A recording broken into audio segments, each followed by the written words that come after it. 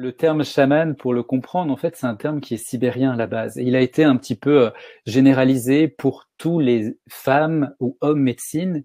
Et à l'origine, en fait, c'était des gens qui étaient au service de leur communauté pour aider à, euh, à la communication avec le monde invisible. Alors, il y a plein de choses dans la communication avec le monde invisible. C'est à la fois le passage des âmes défunts vers l'au-delà, donc il y avait des rites mortuaires.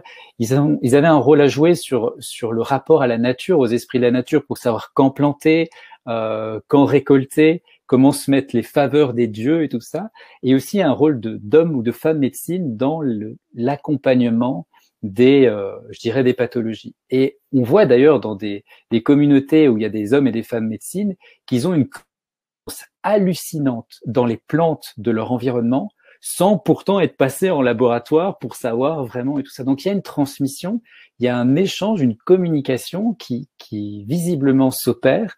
Et en fait, l'essence même du chamanisme, alors c'est un terme, je dirais, générique pour parler de ces pratiques dites animistes. Alors animiste, ça veut dire, c'est la croyance, en tout cas ce rapport à que toute chose est animée de quelque chose. Alors certains vont dire Dieu, d'autres vont dire toute chose a une âme, va avoir une énergie vitale. Et le concept, en tout cas l'idée du chamanisme, c'est que si tout ce qui m'entoure a une âme, du coup je peux communiquer avec, je peux rentrer en relation avec et grandir en apprenant de cette essence vitale et des fois aussi être en conflit avec cette essence vitale. Et plein de traditions, hein. Si on regarde le druidisme, en fait, c'est du chamanisme. Si on regarde les traditions esséniennes, on parle des soins esséniens, il y a tous ces bouquins d'Anne Givaudan, Daniel Meroy et tout ça. On est sur une tradition animiste qui considère que l'environnement est animé.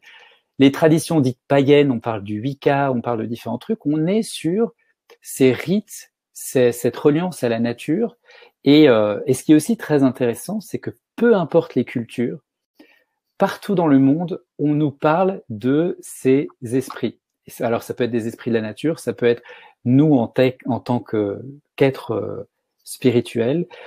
Au Vietnam, on parle des génies. En Afrique du Nord, on parle des djinns. Nous, on va parler des esprits. Enfin, on le retrouve partout. Et c'est cette reliance à ces formes de vie invisibles a créé, voilà, différentes vagues ou différents courants, en tout cas, de reliance à la nature, de tradition animiste, et aujourd'hui on appelle ça du chamanisme.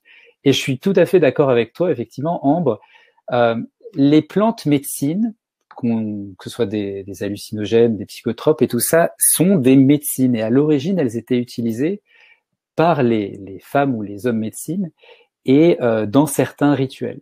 Aujourd'hui, c'est un peu un phénomène de mode, et on en oublie en fait la tradition sacrée qui souvent l'accompagne, et c'est important en tout cas de savoir qu'on peut faire le processus chamanique indépendamment de ces formes-là, parce que toutes ces plantes médecines, tout comme le rythme du tambour, tout comme des pratiques de respiration, on le trouve d'ailleurs dans le yoga, hein, avec des pranayama, on va trouver des pratiques avec les bhastrika, avec des formes de kapalbhati, quand vous en faites longtemps, c'est des formes de respiration qui amènent en fait, ce qui est l'essence même du chamanisme, un état de transe.